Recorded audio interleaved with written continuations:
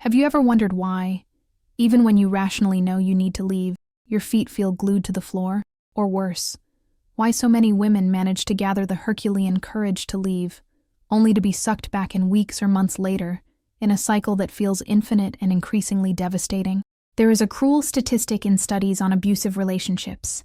On average, a victim attempts to leave 7 times before they manage to get away for good. 7 times. This means 7 cycles of hope, followed by punishment, false promises, and an even greater destruction of their self-esteem. The problem is that most of the advice you hear focuses on logistics. Save money, find a place, pack your bags. All of that is necessary, of course, but if it were just a logistical issue, you would have already left. What is holding you back is not the lack of a moving truck. What holds you back is an invisible psychological web, meticulously designed so that you feel unable to breathe without the oxygen mask that the narcissist themselves holds. There is, indeed, a right way to leave. And when I say right, I'm not referring to morality. I'm referring to effectiveness. A path that doesn't just remove your body from the house, but removes the narcissist from your mind. A method that deactivates the triggers they installed in you, preventing them from pulling you back like a magnet. If you feel ready to understand not just how to leave, but how to never need to go back, pay close attention. What we are going to talk about today is not about escape. It is about definitive liberation. My name is Lauren Mitchell. My purpose with this channel is to show you that the problem was never you, and more importantly, that you are not alone. Let's start by validating what you are feeling right now. There is a mental confusion, a thick fog. You look at this person and see 2 distinct beings: the monster who devalues you, humiliates you, and ignores you, and the wonderful person who won you over in the beginning. And this cognitive dissonance is the first shackle. Think about leaving, the common scenario is one of confrontation. You imagine a definitive conversation where you finally pour out all your pain, explain why you can't take it anymore, list all the injustices, and hope that, at least at the moment of goodbye, they understand, that they have a glimpse of humanity and say, "I am sorry for hurting you." This is the fatal mistake.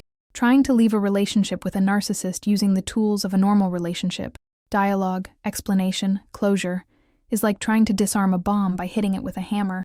It will blow up in your face. The narcissist does not process your abandonment as an emotional loss. They process it as a loss of control and ownership. To them, you are not an unhappy partner. You are an appliance that decided to stop working. And when the toaster doesn't work, you don't sit down to talk to it. You shake it, hit it, or throw it away and buy a new one.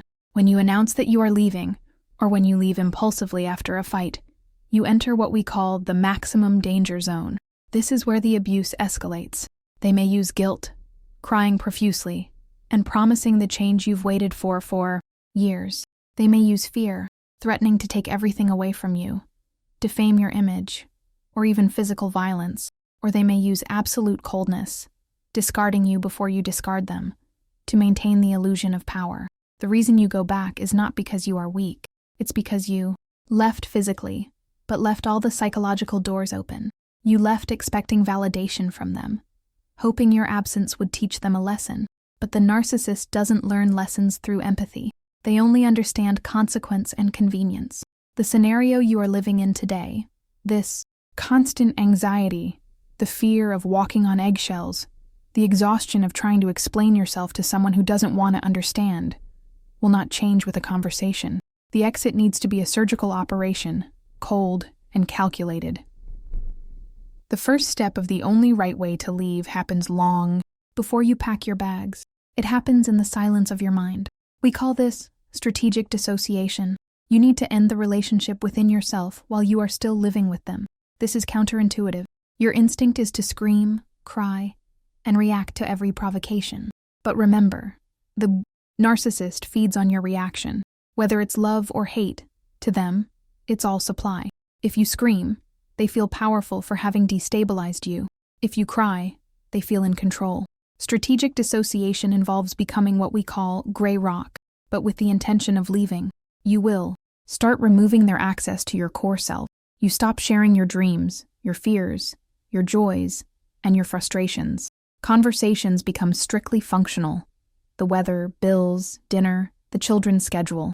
You become, on purpose, uninteresting. Why is this vital? Because as long as you are a rich source of emotional fuel, intense reactions, they will fight with all their weapons not to let you go. They will increase the manipulation. But if you become a dry, boring, tasteless source, they begin to look for supply elsewhere or let their guard down, thinking you are tamed and submissive. During this phase, you are observing them not as your partner, but as an object of study. When they try to provoke you, instead of feeling the pain of the offense, you will think, look at that. There they are using the projection technique again, exactly as the script predicts. This emotional distance is your shield. It is during this period of silence and acting that you prepare the logistics. You gather documents, save money, talk to lawyers, organize family support, all in absolute secrecy. The narcissist cannot know you are leaving until you have already left. Surprise is your greatest security. Announcing your departure is giving them the roadmap to sabotage you. We come to the moment of physical rupture. Here lies the second trap, where most people fall.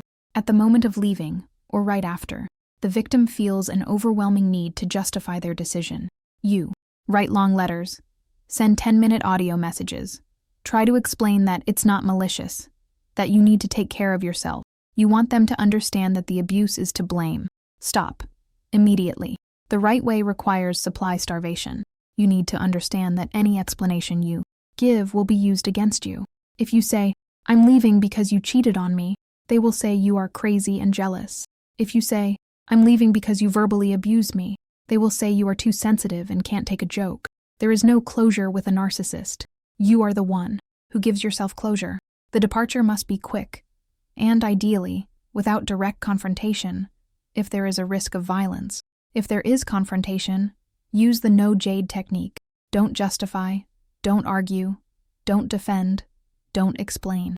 The phrase is simple. This is no longer working for me. The decision has been made. But why? After everything I've done for you, I understand that's how you see it. But the decision has been made.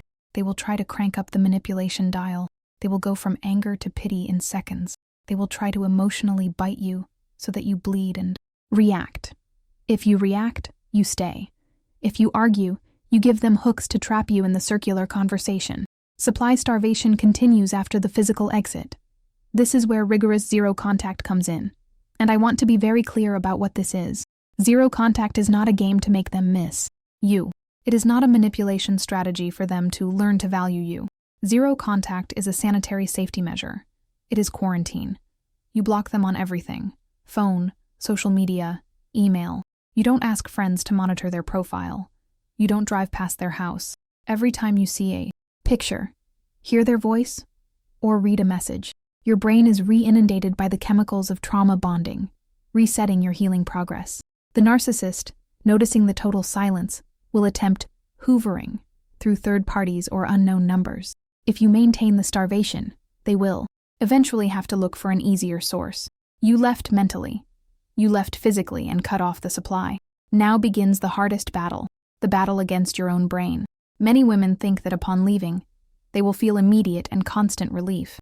And when, instead, they feel a physical pain, a heartbreaking longing, and an uncontrollable urge to call them, they conclude, it must be true love.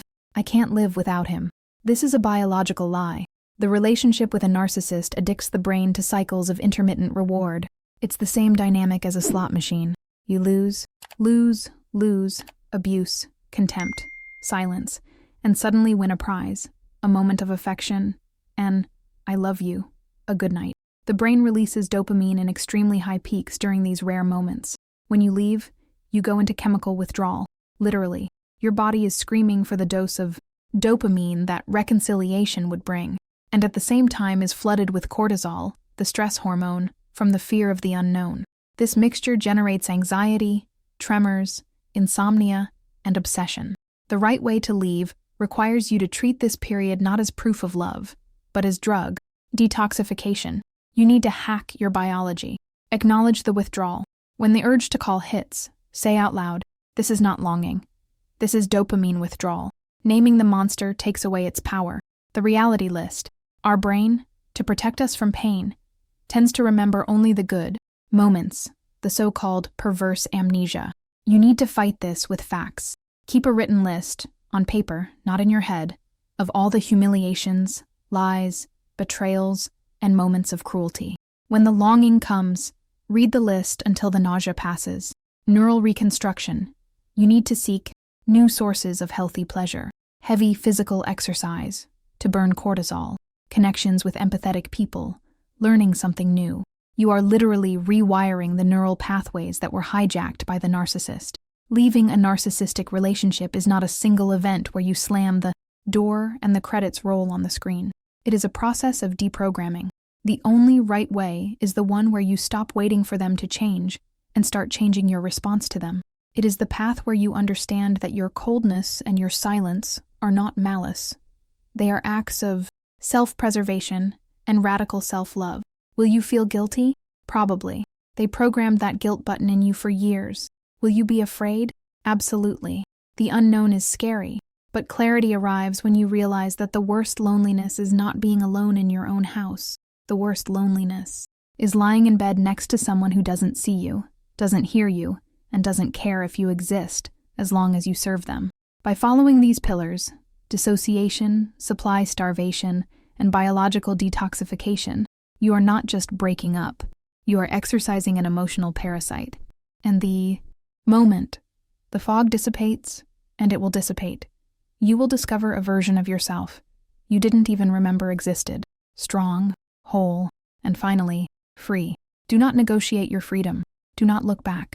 You have already seen what is there, and there is nothing new for you in that pain. Your future, your right way, begins now, in the silence of your irrevocable decision. In the description of this video, you will find a link to the only material you need to understand and reframe what you have experienced. Feel free in the comments below to leave your story, your vent, or even a suggestion for a topic for the next video. Click on the suggested video on the screen and continue with me. Remember, you are light. Never forget to shine.